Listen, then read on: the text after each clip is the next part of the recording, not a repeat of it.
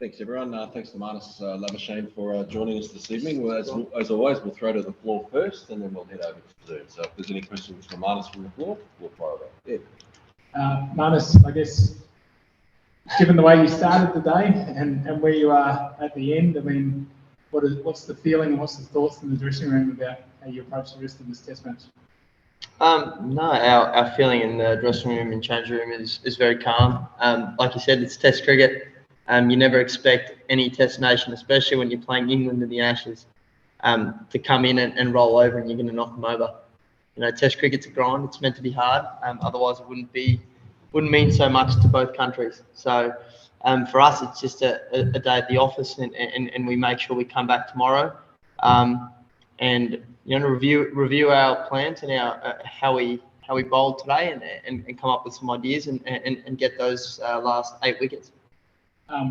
Obviously, Davey didn't field at all. I don't know if you were able to give us sort of a sense of how he's going, and we noticed that Josh didn't bowl at all after the tea break. Is there anything that you know there behind that decision? I think you guys know with Davey, those 2 blows to the rib, so that's why he wasn't fielding today. So I don't really know too much about that apart from that. Obviously I got to stand at first slip for a bit, so that was a bit different. But and no, Hoff's fine. So we're just making sure we're prepare really well. We know that there's some times at the Gabba where there's not as many wickets that fall, and we just got to hold in that period and make sure we rotate our bowl as well. So we've got someone fresh. One more from me, I guess, just how crucial does that sort of second new ball become in terms of forcing this match to a position where you guys can carry on and get the result you want? Look, playing a lot of cricket here at the Gabba, the new ball was crucial. You get you can really, there can be long partnerships, and then all of a sudden you can lose bang, bang, bang, quick wickets. So if we can put that new ball in the right areas and get a couple of wickets with that new ball, it can really turn quickly. Marnus, you've seen a lot of and played a lot of Nathan Lyon.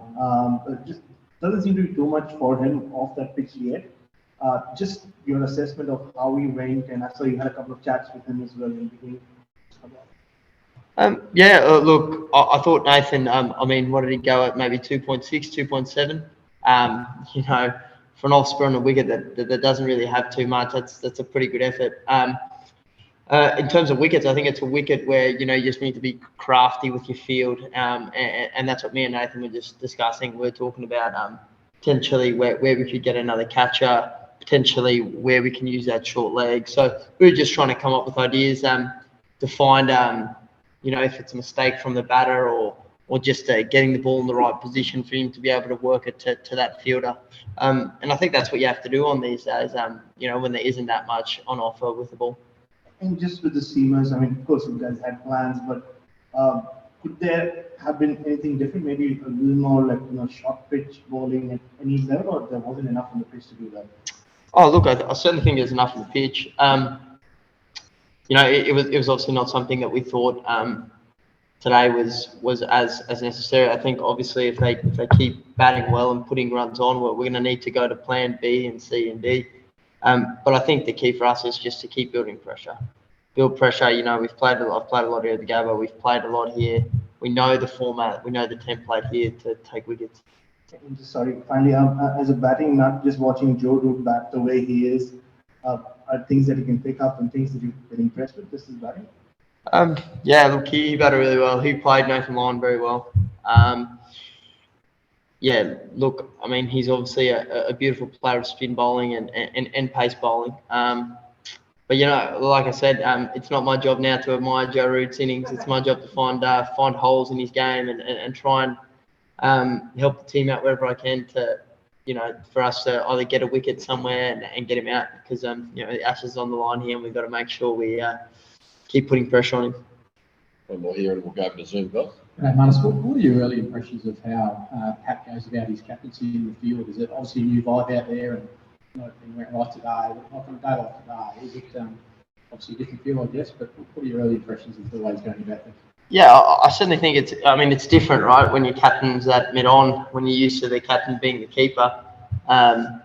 So it's just different because it's quite loud out there. So you have to, a lot more hand signals. We look like mimes out there, trying to hand signal because you can't really hear that much. But yeah, he did a great job. I thought he rotated the bowls really well. Yeah, I thought he bowled well himself, and I actually thought Cameron Green bowled really well. And obviously Stuckey got that key wicket of a meet because he looked really good.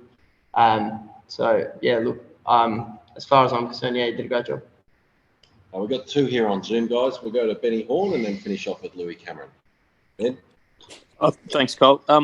Marnus, just back on Josh Hazlewood.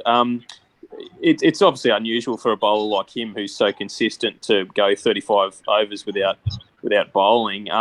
When you said before, like, you got to kind of prepare for situations where it can be difficult to take wickets at the Gabba. I mean, is it partly due to the fact that Josh is one of those guys coming off a limited preparation? Not he hasn't played any Shield cricket, and obviously the heat there today.